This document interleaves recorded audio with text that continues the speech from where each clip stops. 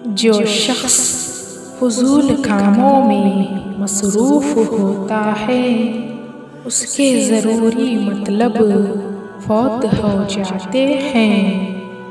अहमक हर बात पर कसम खाता है, वो शख्स सबसे बड़ा बेवकूफ़ है जो दूसरों की बुराइयों को बुरा समझे लेकिन खुद इन पर जमा रहे। बदज़ुबान में कोई अदब नहीं और बद खल्क़ के लिए कोई सरदारी और इज़्ज़त नहीं। बदज़ुबान आदमी की रौनक व इज़्ज़त और मुरव्वत को खो देती है और बदकलामी आदमी की कदर घटाती है और भाई बंदी को बिगाड़ देती है।